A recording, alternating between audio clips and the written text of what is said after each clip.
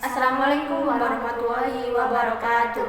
Introducing, my name is Salsa miftakhul and my friend. My name is Virany and Zubir. From grade 12, Multimedia 3. How to make a glass of iced coffee. Ingredients. First, tablespoon of instant coffee powder. 2 glass water. 3. Prepare a glass. 4. Some blocks of ice. 5. Tablespoon. Method of step. First, fill the glass with 3/4 tablespoon of instant coffee powder and a glass. Second, boil in the water.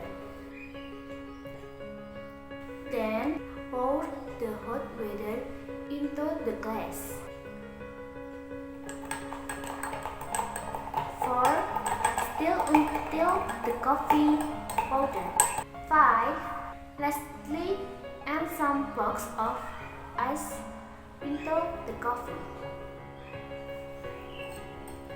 And little or it make extreme temperature change which may break the glass. 6. A glass iced coffee is ready to be enjoyed.